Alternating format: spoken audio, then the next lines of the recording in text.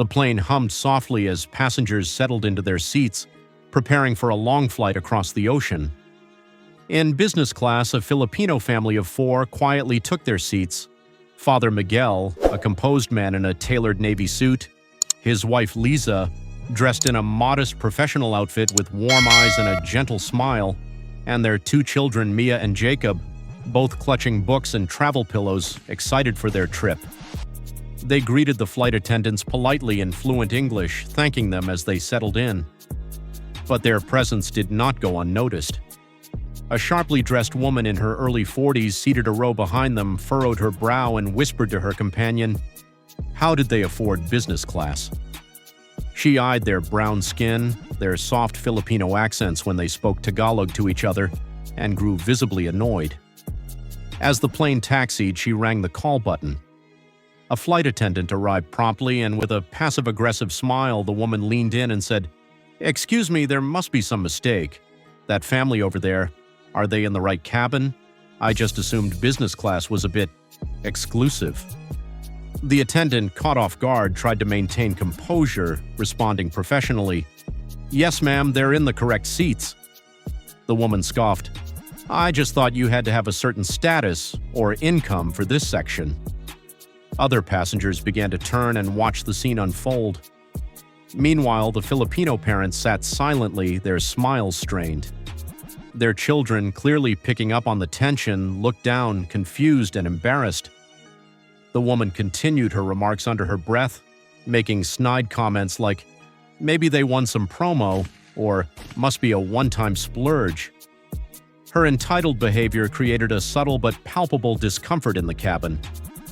The father, Miguel, looked over calmly, not rising to the bait but holding his wife's hand tightly, silently reassuring her. But inside, years of being underestimated and misjudged boiled beneath the surface. Mid-flight, an announcement buzzed through the cabin. "Ladies and gentlemen, we are honored to have a very special guest on board today." The same flight attendant from earlier appeared with the captain walking down the aisle, both beaming. The captain stopped at the row where the Filipino family sat and offered his hand to Miguel. "It's an honor, sir. Thank you for flying with us again."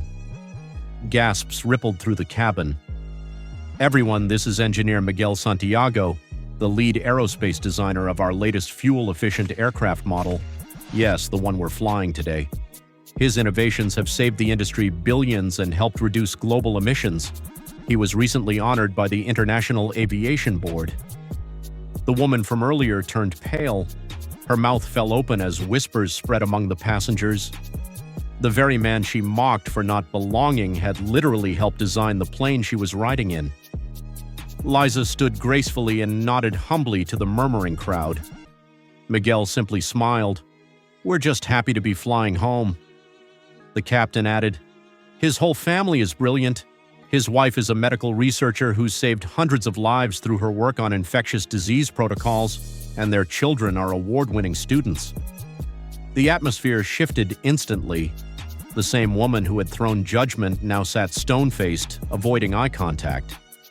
Later, she tried to apologize, stammering something about a misunderstanding, but Miguel kindly said, "It's okay. It happens often. We're used to it." That moment struck deep. Passengers who once stayed silent offered warm smiles and handshakes. The Filipino family didn't just belong in business class, they elevated it. That flight became more than a trip. It was a lesson, a reminder that assumptions can be humiliating and that respect should never be measured by appearance, accent, or origin. And as the plane soared through the skies, so did the quiet pride of a family that had faced prejudice with grace, intelligence, and undeniable dignity.